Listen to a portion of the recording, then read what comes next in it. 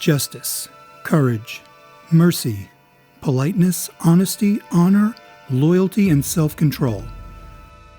This is Bushido, the unwritten code of behavior historically adopted by the Japanese samurai, men of noble birth assigned to protect members of the imperial court.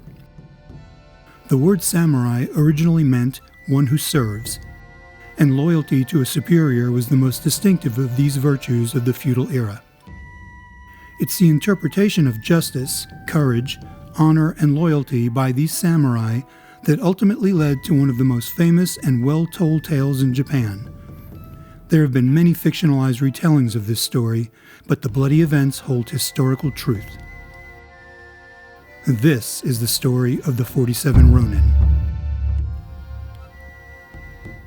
In 1701, Kira Yoshinaka, a shogunate official, was assigned the task of tutoring two young lords in matters of court etiquette and protocol to prepare them for a visit from state officials. It's been said that during this time, Yoshinaka was resentful towards the younger men. The details remain unclear, but theories suggest that either Yoshinaka did not receive suitable gifts befitting the compensation that his work called for, or possibly that they would not offer him the bribes he sought. Whatever the reason, Yoshinaka was displeased and started treating the young lords with disrespect. Of the two lords, Kame Korichika was furious over the way that he was being treated and had even prepared to kill Yoshinaka himself over the disrespectful conduct. His counselors, however, slipped Yoshinaka a large bribe, so that shortly afterwards he began treating Lord Kame with dignity, thus diffusing the crisis. Unfortunately, that only led to further tarnish Yoshinaka's opinion of the other lord, Asano Naganori. He continued to treat him severely until finally openly insulting him by calling him a country boor with no manners. Asano's temper soon got the better of him, and he attacked Yoshinaka with a dagger in the Matsu no Oroka, or Great Corridor of Pines at Edo Castle. He was unsuccessful in that he merely managed to wound Yoshinaka in the face before they were separated by guards. The implications of Asano's actions would prove to be deadly. Any form of violence was forbidden at Edo, and even the simple act of removing a dagger from its sheath within the walls of the castle carried the sentence of capital punishment, more so when a shogunate official was targeted. Upon hearing of the assault, Shogun Tsunayoshi ordered Lord Asano to commit ritual suicide known as seppuku, all while Yoshinaka received no punishment at all. On that very same day, Lord Asano killed himself at the age of 26. Just before his suicide, he wrote a melancholic death poem. More than cherry blossoms inviting a wind to blow them away, I am wondering what to do with the remaining springtime.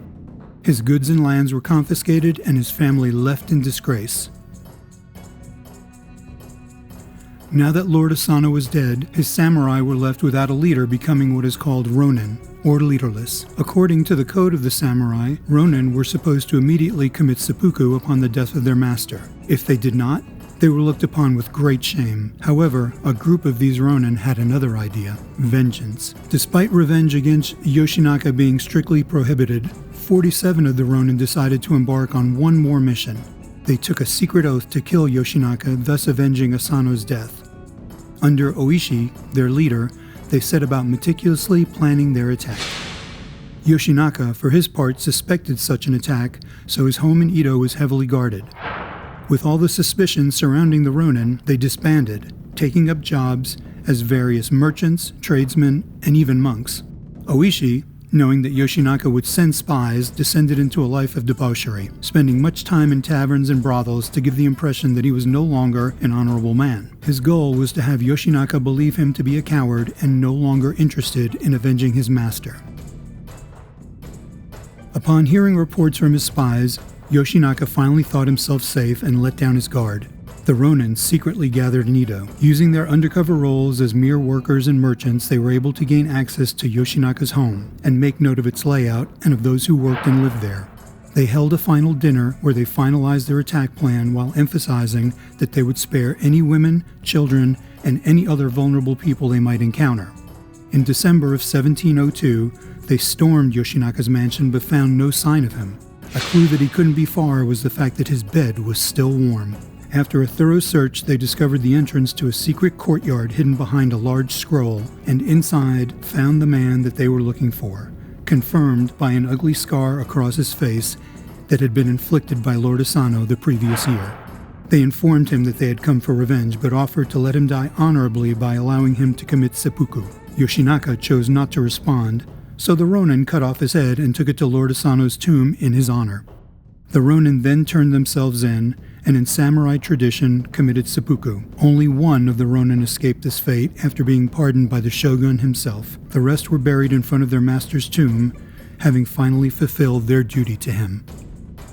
In this act, the Ronin restored honor to Lord Asano's family, allowing his younger brother to re-establish their name and affording their fellow Ronin that were uninvolved in the revenge plan to find employment out of disgrace.